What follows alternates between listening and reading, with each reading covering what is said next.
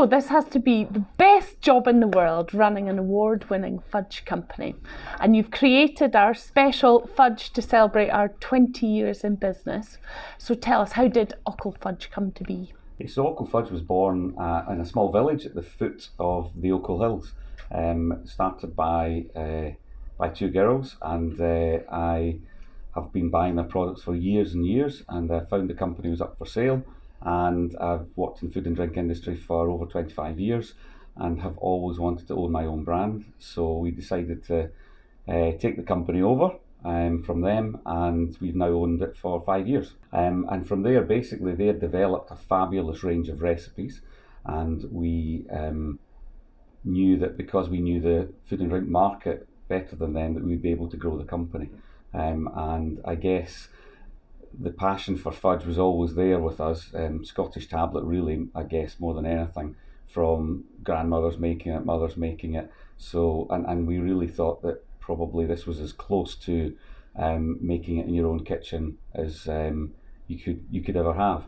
I guess I knew lots about how to sell products, didn't know anything about how to manufacture them.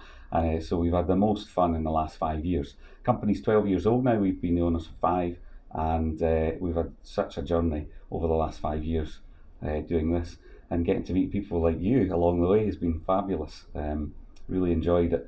I guess collaborations are one of the strengths of the business, because we are a small handmade artisan producer, which means we can be really flexible for companies that want to do things like celebrate their 20th birthday. So the journey of the company from there is that we've grown a lot. Obviously, we've all had a difficult time with the pandemic, so we had a real torrid time that first month of lockdown, not knowing if the business would survive, but actually it's pushed on and gone from strength to strength. So we're about half our business is online, half our business is business to business. So we supply some of the best farm shops and delis in Scotland. We supply lots of cafes, small retail outlets, and we've also got some other great customers, whisky distilleries. We'll do some projects with people like House of Commons, yourself. So you call yourself the mad scientists of fudge. So who is the mad scientist? Is that you creating these fabulous recipes? Unfortunately, it's not me. I'm just a guy at the front that does all the businessy, selling, marketing-y stuff. But no, the team in the kitchen actually. My wife is co-owner of the business, and she spends a lot of time with the team in the kitchen. We've got now over 30 flavours. I think we've got recipes for about 105. But I haven't sat and read the recipe book. There are some that will never see the light of day. I'm not convinced that maple and bacon fudge is for us. We produce 30 flavours by hand every week, and that mad scientist thing is, I think the mad part's because they are all mad in the kitchen, which is just over here. But we work really, really hard with the flavours, because it's important that I almost think that you need to put the product in your mouth and not have looked at the label and have a decent guess at what the flavour is. If you have got no idea, then we've not done something correctly. So that's a really important thing to us. Sometimes it means the flavours are a bit punchy. Scottish people like strong flavours over our counterparts in other parts of the country. So we sometimes have to dial some of the flavouring back. People complaining about the ginger being too hot, too much alcohol in the alcohol ones, etc. So yeah. But it's we did a project recently with Edinburgh University and their team in there, so we've learned even more about the science behind fudge and how it happens, what's the critical point. So we now know that there's a 2-degree window where the magic happens, called the Maillard reaction for anyone who's remotely interested. So yeah, it's a real fun thing, and we screw up quite a lot as well. Is that part of the creative process though? Yes. Getting it wrong and then? Yeah, I would think on average 4 to 5 shots to get something just right. We've got a couple of online stories, things we've put on Instagram, etc., about a couple of products that were errors. where someone's picked up the wrong essence and added it to a product, and then we've gone, bloody hell, that's good.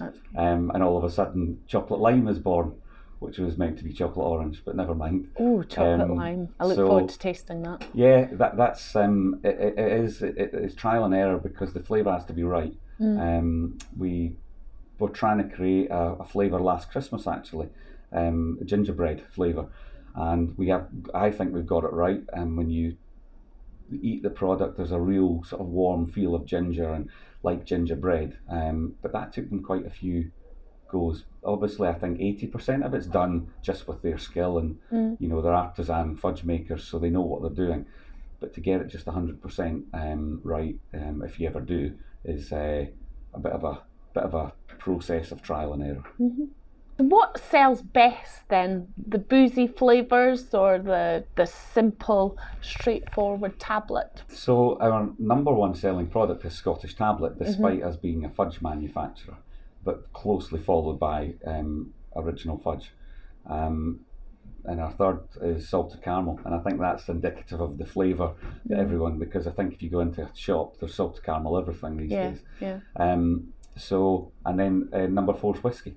So they're our top 4 flavours and have been for the 5 years we've owned the business. And sales just keep going up. I think fudge has caught tablet a little bit, but it's interesting where we've done a bit of work, market sort of research, etc. And there's people who are fudge lovers, and there are people who don't think they like fudge, but because we've got so many flavours, they'll eat the product and go, I didn't know that was fudge, that's fabulous. Christmas pudding being a great example. So we basically deconstructed a Christmas pudding, took all the ingredients and then rebuilt it into fudge. So there's no Christmas pudding in the fudge because we're a gluten-free business, but we use all the ingredients that you find in a Christmas pudding. So someone who believes they wouldn't like fudge absolutely loves Christmas pudding because of the construction of the product with the brandy and the fruit and the nuts, etc. Whereas a purist would only ever eat plain fudge. And yeah, you tend to find we've got, I think, 60% of all our sales are 3 flavours, so out of 30. So there's a long tail there, but that's what makes it interesting. Yeah, that's the fun bit. Absolutely. Yeah. Absolutely. And even if we only have to make 1 tray of something because one customer's ordered a couple of bars, we will, because other people will buy it. So yeah, the fun part is that broad range of flavours. So 14 Great Taste Awards. So what makes Ochil Fudge so special? What's your secret? Probably quite obvious to say this because I bet you it's the same in your business. There's obviously there's great ingredients, a huge amount of passion, and a lot of hard work. Yeah, of course, all of us are going to say we're hard workers, but these guys in the kitchen, they come back day after day to do the same job. Making fudge by hand. They hand beat about 10,000 pots of fudge a year. Wow. They are just incredible, and there's always a giggle in the kitchen, and I think that passion and that desire, they love it when we come to think about new flavours because they get to play a little bit. We usually do that sort of January time when it's a little bit quieter. So I do think that's what makes it special, is that we're making it exactly the same way as you would in your kitchen, but we do it 5 days a week, 48 weeks a year, 50 weeks a year, and that gains you a lot of experience, so you know what's good, what's not. There has to be a little bit of science there for consistency, but ultimately we make small batch fudge, so we can break a batch. We make in batches of 12 kilos, and we can break that down to 1 tray, and add in various things to flavour it. We try not to use flavourings where possible. We try to use ingredients. So I mentioned the Christmas pudding one. Maple and pecan has hand toasted crushed pecan nuts in it with genuine maple syrup. We wouldn't use a flavouring for that, but of course something like Iron Brew, don't want to spoil the party, there is no such thing. It's a flavouring, so we have to use a flavouring that we've had a chemist make up for us from the taste of Iron Brew. But that's what we think makes it special, is those three things: great ingredients, lots of passion, and lots of hard work. So fudge versus tablet. Oh, the big discussion. It's a big discussion, actually. So basically, in our recipe, the difference is that Scottish tablet, which is an intrinsically Scottish product, you can't get it anywhere else. No one really outside Scotland knows where it is, but people in Scotland, all they ever want to talk about is tablet. You think of all the shows and events we've done, and people come up, and we've realised now, people come up and chat to us, and we've realised that we'll never be as good as your aunties, your grannies, or your mums. However, we have got a Great Taste Award for it, and we do think ours is very, very good. Granulated sugar, milk and butter. And fudge is caster sugar, milk and butter. And there's about a 2-degree difference in temperature. So tablet's just a little bit firmer, and it's a margin grainier because of the sugar, but both should melt in your mouth and disappear. If you ever eat tablet where it's sugary, it's because it's not melted correctly, and it should always melt away to nothing in your mouth. It shouldn't be grainy. Something's not happened in the process. So that's the difference. Scottish people love tablet. Also, there is, of course, it's typically Scottish that make how do you make a sugary product better? Add a bit more sugar. There's more sugar in tablet than there is in fudge. So how much butter do you use every day then? So we're, I guess we're a small artisan producer, so we probably use about 200 kilos a month. So yeah, 2,000 kilos a year. So our butter is made with British milk.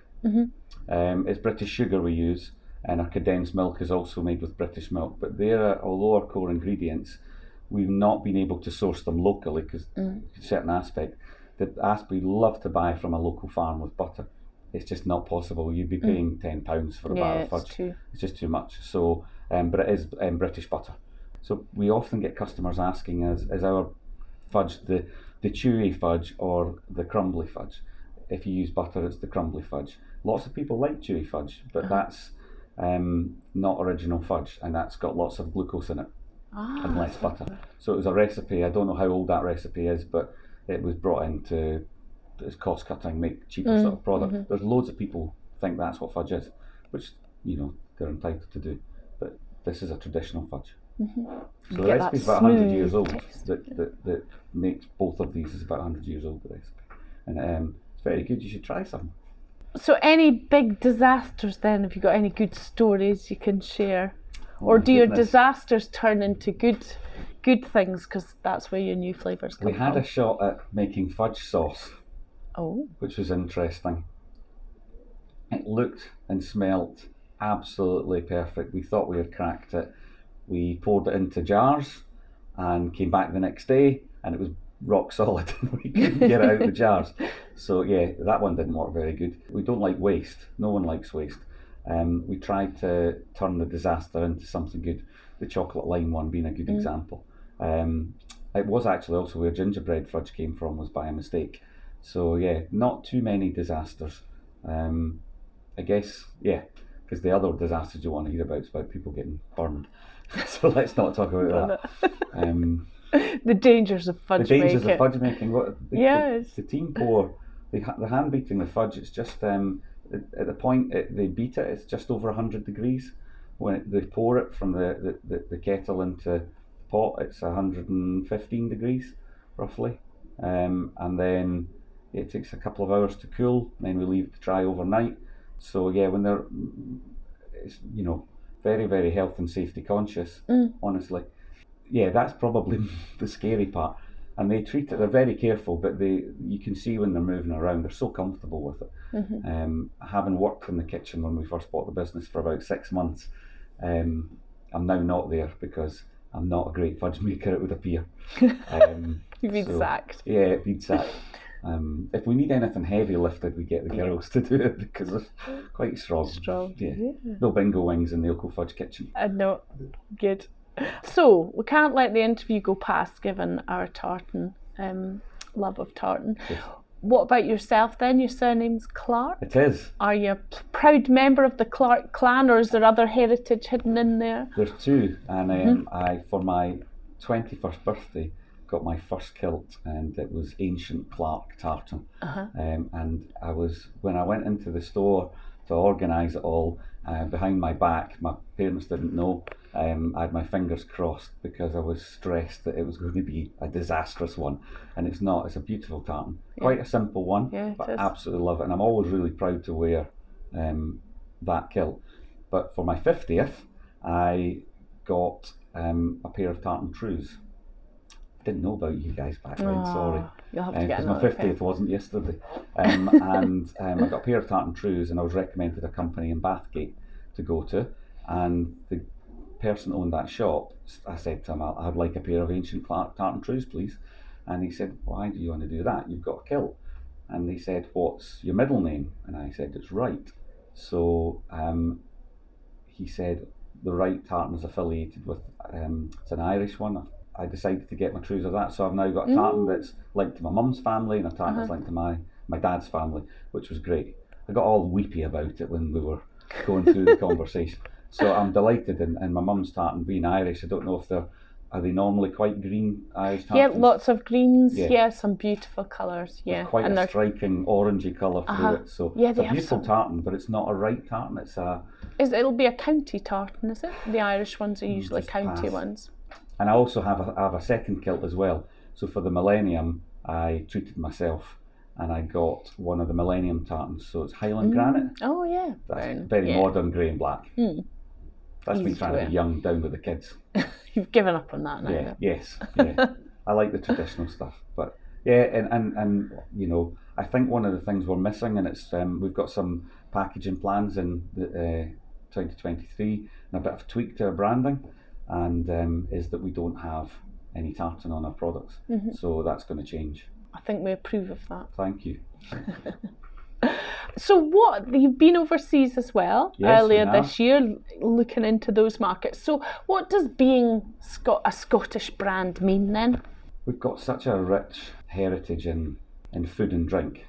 There's more than that, obviously, and actually was in a store recently, a company that they are a customer, but they've opened the first store. They were an online company, they're called Clan Artisan, and I walked into their store, which is only weeks open, and the store is just full of Scottish producers, artisan producers, food and drinks, jewellery, a little bit of clothing, etc., etc. And it makes you realise we're quite such an innovative nation. We've got lots of produce available. I know we're famous for whiskey and seafood and tartan products and things, but there's so much more there. And being part of the artisan sort of community that's out there, chocolate producers and cheese and oat cakes and biscuits and things, it's a fabulous thing to be a part of. We do not so much recently with pandemic, but lots of markets and shows and events and things, and it's just, I'm always staggered by the amount of Scottish produce that's there and how proud everybody is. With your farming background, you'll know how proud your parents were from anything that came off the farm. It's just the same, comes out the kitchen or you know, whatever it is.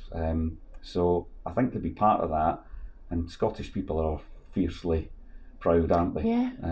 I think we have the same, and it's the same when you talk about your team and what they produce, and it's the same every garment that comes through, and as you quality check it, and it's just like everything, the fabric's beautiful, the make is beautiful, it's pride. It is, there's a real pride there, but you ask the team, the guys that pick and pack the orders, they remember all the customers.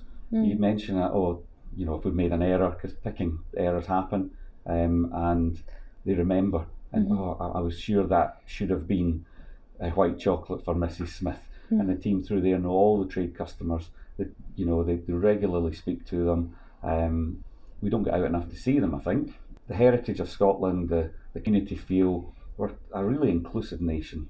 All of those things added together is what makes being part of a Scottish business important, which is why I think we should be including a little bit of tartan or Harris tweed or something like that in what we do. I've got a crazy idea for a really expensive box of fudge that's got a tartan inlay, having an Ochil Fudge tartan designed or something like that. Then we can do that for you. I know you can. It's like it was meant to be. It's like partnership in heaven. We would also, from Ochil Fudge, like to say congratulations to the Scotland Shop for 20 years in business. It's fabulous. Thank you. And you've already told me a little bit about it. I think we're such similar companies, as earlier in our time than you are, but hopefully we'll be in business as long as you've been. Definitely, with delicious fudge. And what a beautiful job you've made. Thank you. I'm glad you like it. Shall we do the taste test now? We should have hidden it so we didn't know whether it was tablet or fudge. Oh, you don't? Well, I think I can tell by looking at it. Yes, I can. So I'm thinking that's the tablet because it just looks Yeah. less smooth. Yeah, and it's slightly lighter, but it's important. If it's too dark, that's we would consider that's not correct. If it's too light, so it's really pale, that's also not correct. And quite often you find that when it's pale, it's also sugary, and that's because it's not cooked long enough. But it's such an emotive thing. It's one of those things, and everyone, there's 5.5 million people in Scotland. You know, there's 5.5 million experts on tablet. Yeah. But you know, and you know, great taste. We haven't put it in. We usually wait about 3 years and then we'll put it back in so we can keep it current. But that was a big one to win for us because we're in Scotland and it's tablet. Yeah, to win. Yeah, but we're proud of the fudge, and actually I prefer fudge. I prefer fudge. I like. Do you want that on camera? I really do. Yeah. Well, I think I prefer tablet. Most people do in Scotland. Most people do.